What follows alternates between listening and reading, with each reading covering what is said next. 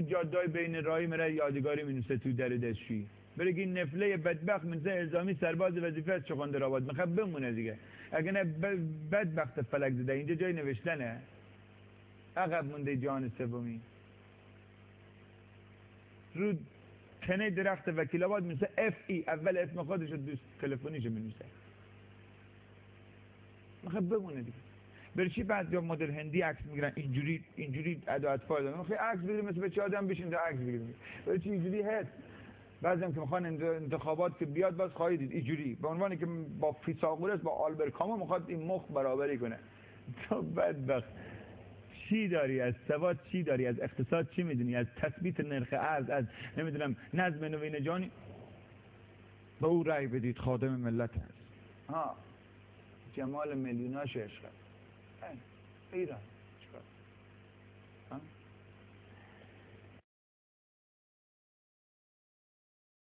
نگید آقا جان به خدا امان از بیسوادی. لا مصیبت اشد من الجهل. دردی بدتر از درد نادونی نیست. ما را سربند کردن. هر بلا سرت میاد میگن قضا و قدره. ما نمیدونیم خدا فقط داره ما قضا و قدر داره، او هم فقط بدیامون قضا و قدره. لقمه تو خون میزنیم صبر داشته باش خدا داره تو رو امتحان میکنه. مگه بیکاره خدا؟ هم فقط ناظم مدرسه مایه؟ از دانش آموز تازه سالی سه از دانشجو پایان ترم امتحان میگم ببینم چیزی فهمیده یا نه. یک سره ما لقمه تو خون بزنیم. با زنم مشکل دارم، با بچه‌م مشکل دارم، با عروسم، با دامادم، با مملکتم، با مسئولین، با شیخا، با همینا مشکل داریم بگیم. بعد ما که گله میکنیم آقای که یک مقداری بلاحظ امتحان میکند خدا. یک بار خدا به ابراهیم گفت بچه‌تو بنداز تو، بچه‌تو قربانی کن. یک بار به مادر موسی گفت بچه‌تو بنداز تو آب. یک سال آب بازی میکردن اینا با هم. آقا دستی به تنه میخوام بگم بر بخوره. مطالعه که الحمدلله نمیکنه این دارنیا. شما میدونم که مطالعه نمیکنی. کی بره شبای برره نگاه کنه؟ 90 شب الله فهمید سبیلای شرکت شده نفهمیده بالاخره جنومک چیکار کردید؟ نرگس به خاک یا نشست یا ننشست. مردم ایرانی شما باور کنید آقا من بی سواد نیستم جلوتون اومدم. مردم ایرانی بارتون آوردن. همینجور ساده اندیشید، زود راضی میشید، زود میخندید، زود میپسندید چیز، زود رأی میدید. زود رأی میدید. جو میگیره شما رو یک مرتبه اینا کودتا میکنید پوزه همه جناها رو میزنید. البته از این انتخابات ما هم راضییم، خوشحالیم. نمیخوام بگیم اسطوره‌ایه ولی لااقل همین که شوکه بشن که بابا جناها فکر نکنن مردم بی‌سوادن.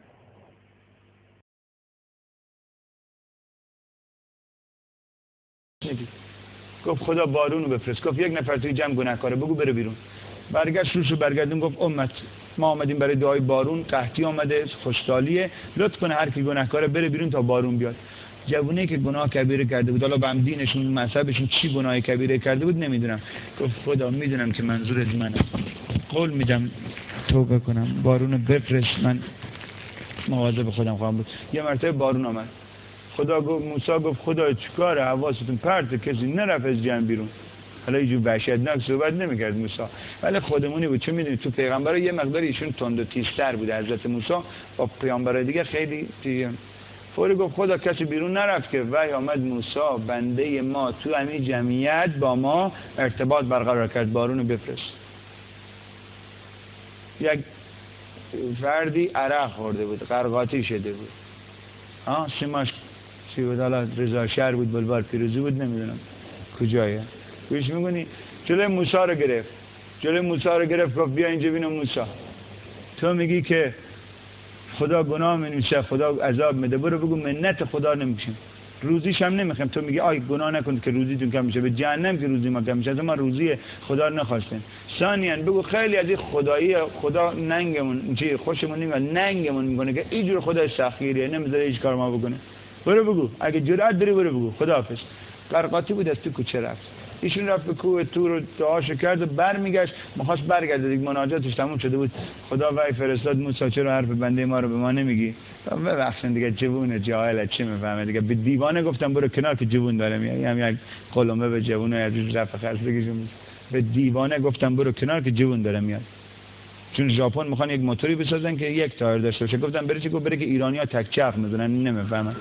یک تایرش ایرانی میگه موتور هوندا یک چرخش اضافه. خب نفل دلت برای کمکای جلوی موتور بسوزه، اونا جفتی 40,000 تومان تو جور میری بالا جلوی دبیرستان خودت تخته میکنی رو زمین.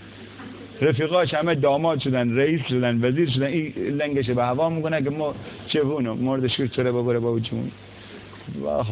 خدایا همین سزای شما رو همین مارمولکا میدن و همین زیر آسمان شهر و خشایار و خانم فرامرزی و بیروز خالیبند. جدی میگم کو شمایی که باید یک چنان سخت وقتی آمار گرفتن گفتن 80% مردم دارن سریال نرگس تماشا میکنن. خب این چی آموزی داشت؟ ما هم به اندازه تو روانشناسی خوندیم، ما هم میفهمیم روابط بین انسان ها، ولی یک سریالی هست به نام قصه های جزیره، برو نگاه کن، اونها هم فیلم میسازن. اگه تو روابط بین انسان ها رو می‌خواستی نشون بدی بفرما.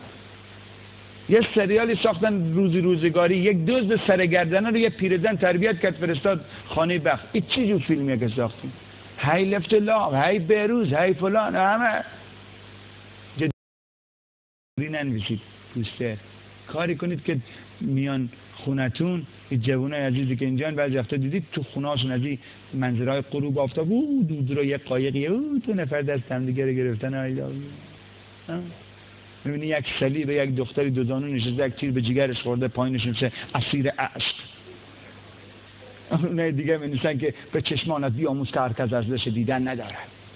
رو داشبورد ماشینش نوشته سلام غریبه، نگام نکن آب میشم. یک کاره میکنن جوونا. خانم انظاری رفت به کره ما این میشه که زیر باران باید رفت، دوست را زیر باران باید دید. زندگی شستن یک بشقاب است. بابیلا از دنیا همین رو فهمیدی تو. باز نگید شعر نو نمیفهمه چیه، به اندازه شما میفهمه. گوش کن حاجی های بزرگوار، الان کشور مصرفی در جهان ایرانه. 4 برابر آلمان شما سوخت مصرف میکنید. اولین کشور مصرف کننده نوشابه گازدار، اولین کشور مصرف کننده لوازم آرایشی. سالانه 1,800,000 تن فقط قند شکر مصرف میکنن ایرانی‌ها. سالانه 1,200,000 تن فقط روغن نباتی وارد میشود. چه خبرتونه؟ کو بازدهی این همه مصرف چی شد؟ فوتبالتون رو میخواین که دست از پادرازتر برمیگرده. 4 میلیارد تومان بلعید این بودجه فوتبال، فقط فوتبال. ما 40 فدراسیون داره ایران، فقط فوتبالتون دست از پادر. ما حریف برزیل نمیشیم. پس برای چی موقع بچهای مردم رو کار میگیرید؟ این تو میدونی هر ضربه که میخورن تو جریان جهانی عقده حقارت پیدا میکنه جوان. پس بگو آقا ما نداریم، ما اینجور تیمی نداریم. پاکستان اصلا سربازی نداره، اصلا چیزی به نام سربازی نداره که بعد بگن مثلا آشخوری و پولار دزدیدن، پولای پادگانا رو میبرن سرنگا میخورن، مثلا میگن ندارن، اصلا چیزی به نام سربازی ندارن، مفت میخورن، مقابل هم کشورتون یک جوری نگه میدارن. آقا یا نرید تو گود، یا مگه میرید پرچم ایران رو ببرید بالا. آقا شما که در عزاداریاتون این ماده های بی سواد بلا نسبت ماده های عزیزی اگه تو جلسه هستن جسارت نباشه، این دیستیسی ها ابو فاضل آپاراتی بدبخت بی سواد وقت گم شو برو. منشه 10 شب در مسجد فلان مراسم است، بعد منشه که سخنران آقای اکبری مدعا نصف چهارراه میگیره صفدر قلی. اشکال نداره، جای مارک تنگ نکردم به جهنم، سزای شما همون برین. تو